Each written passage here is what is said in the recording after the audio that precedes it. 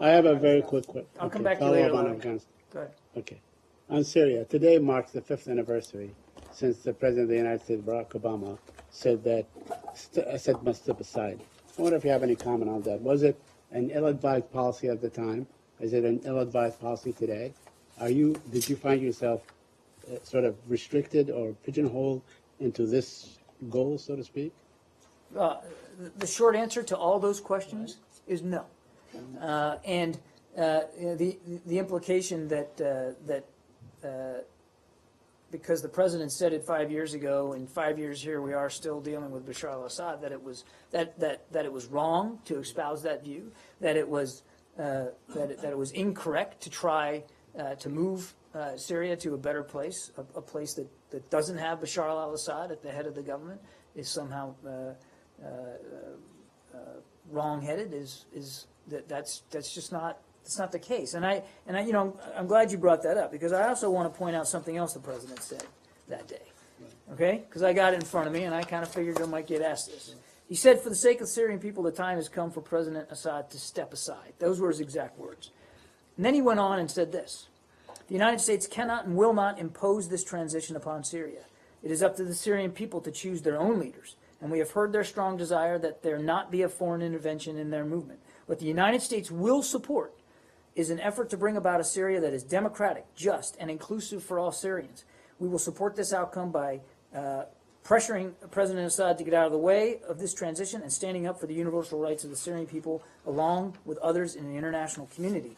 And everything that we've done since then has supported that overarching goal, including the work that Secretary Kerry has so energetically pursued, not just with Russia, but with all the members of the ISSG, to move Syria to a better place through a political process. So what the president said 5 years ago, you have to take that in totality in all its context, and it still applies today. I understand, but looking at what's going on in Syria today, the Syrian people's will, so to speak, has really been reduced, and everybody else is playing a role in this thing. There are regional government, there are people that are supporting all these opposition groups, others that are supporting the regime, and so on. And it seems, this whole process, the Syrian people's will, so to speak, has been really marginalized.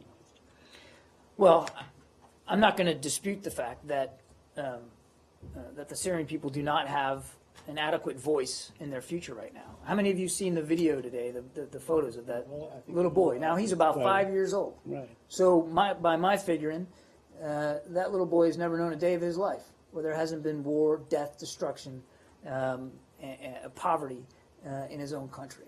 And you don't have to be a dad, but I am. And you can't but help and look at that and see that that's the real face of what's going on in Syria, and that we all have to pull together to try to reach a better outcome. And this notion that that so many people are involved now and it's very complicated, we agree. It's one of the reasons why the Secretary is so frustrated by what's going on the ground in Syria. And that's why he continues to urge Russia to work with him on a set of proposals that we agreed to in Moscow and that our teams are still trying to work out, to try to get the cessation of hostilities to be more enforceable across the wide expanse of Syria in an enduring way, so that we don't have to look at any more images like the one of that young boy today out of Aleppo. My last question on this issue. Your counterpart, Maria Zakharova, today said that you are getting at a critical point.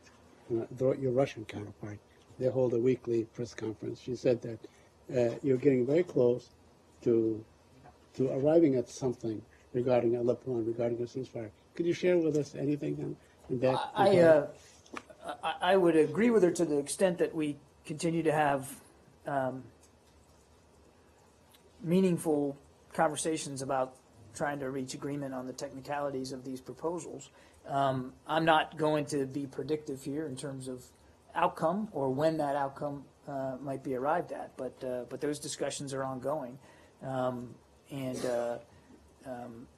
they're, again, proposals that Foreign Minister Lavrov and Secretary Kerry both agreed to some weeks ago in Moscow. We are still committed to having those discussions and those negotiations and to trying to get those proposals agreed to. Just on the 5-year